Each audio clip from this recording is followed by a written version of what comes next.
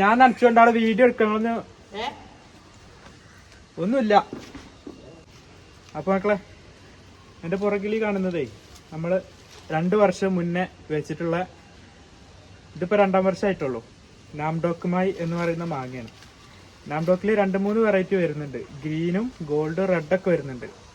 ഇതിപ്പോ ഗ്രീനാണ്. ഇതിപ്പോ 2ാം വർഷമാണ് വെച്ചിട്ടുള്ളത്. ചട്ടിയിലാണ്, ടെറസിന്റെ മുകളിൽ. അപ്പോൾ ഇതിന് ഈ വർഷം പൂവിടുമെന്ന് വിചാരിച്ചിരുന്നതല്ല.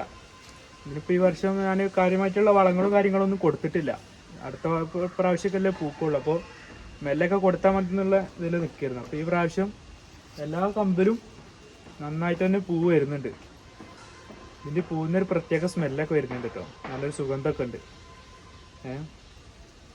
അപ്പോൾ ഇത് വെച്ചിട്ടുള്ള ചട്ടിയും വെച്ച രീതിയൊക്കെ ഒന്ന് ഞാൻ കാണിച്ചു തരാം. ജസ്റ്റ് ഒന്ന് കാണിച്ചു തരാം. വെക്കുമ്പോൾ ഞാൻ വീഡിയോ എടുത്തിട്ടും യൂട്യൂബിൽ ഇട്ടിട്ടൊന്നുമില്ല. എന്നാലും ഞാൻ ഇപ്പോൾ ഇരിക്കുന്ന ചട്ടിയുടെ ഒരു സൈസും കാര്യങ്ങളൊക്കെ ഒന്ന് കാണിച്ചു തരാം. 2ാം വർഷമാണ് നാംഡോക്ക് ഗ്രീന്. ഇത് കൂടാതെ ഇതിൻ്റെ അപ്പുറത്ത് മല്ലികയും വെച്ചിട്ടുണ്ട്. അത് പൂത്തിട്ടില്ല. അതും ഇതിൻ്റെ കൂടെ തന്നെ വെച്ചതാണ്. അത് പൂക്കിനിപ്പോൾ ഈ പ്രാവശ്യം പൂക്കുമെന്ന് അറിയില്ല. എന്തായാലും നാംഡോക്ക് പൂത്തു. ഇത് വെച്ചിട്ടുള്ള ചട്ടിയും കാര്യങ്ങളൊക്കെ ഞാൻ കാണിച്ചു തരാം. ഞാൻ നനച്ചുകൊണ്ടാള് വീഡിയോ എടുക്കണമെന്ന് ഒന്നുമില്ല. അപ്പൊ ഈ കാണുന്ന ഒരു ചട്ടിയിലാണ് കേട്ടോ നമ്മളിത് നട്ടിട്ടുള്ളത്. ഇതിൻ്റെ ഒരു സൈസ് എന്ന് പറഞ്ഞു കഴിഞ്ഞാല്, ഇതിൻ്റെ ഒരു അളവ് പറഞ്ഞു തരാൻ എനിക്കറിയില്ല. 350 രൂപക്ക് വാങ്ങിയ ചട്ടിയാണ്. ചട്ടി അത്യാവശ്യം നല്ല സ്ട്രോങ് ആണ്, കുഴപ്പമൊന്നുമില്ല. ഇതിൽ ഏകദേശം നമുക്കൊരു 5 വർഷം 6 വർഷം വരെയൊക്കെ ഈ ഒരു ചട്ടിയിൽ നമുക്ക് മെയിൻറ്റെയിൻ ചെയ്ത് നിർത്താം. പിന്നെ ആണെങ്കിൽ നമുക്കതൊന്ന് മാറ്റണം എന്ന് തോന്നിക്കഴിഞ്ഞാൽ, അതിൻ്റെ വളർച്ചയൊക്കെ മുരടിക്കുന്നുണ്ട്, മാറ്റണം എന്ന് തോന്നിക്കഴിയുമ്പോൾ നമുക്ക് കുറച്ച് വലിയൊരു ഡ്രമ്മിലേക്കോ അതല്ലെങ്കിൽ മണ്ണിലേക്കോ വേണമെങ്കിൽ നമുക്ക് എപ്പോൾ വേണമെങ്കിലും മാറ്റി നടാം. ഇതതിൻ്റെ അപ്പുറത്ത് നമ്മൾ വെച്ചിട്ടുണ്ടായിരുന്ന മല്ലിക മാവിൻ്റെ ഒരു തൈയാണ് കേട്ടോ. അതും ഇതുപോലത്തെ ഒരു ചട്ടിയിലാണ് ഇരിക്കുന്നത്. അത് ഈ പ്രാവശ്യം പൂത്തിട്ടില്ല, ഇതുവരെ പൂത്തിട്ടില്ല. ഇപ്രാവശ്യം പൂക്കുമെന്ന് അറിയില്ല. ഇതാണ് നമ്മുടെ നാംഡോക്ക്.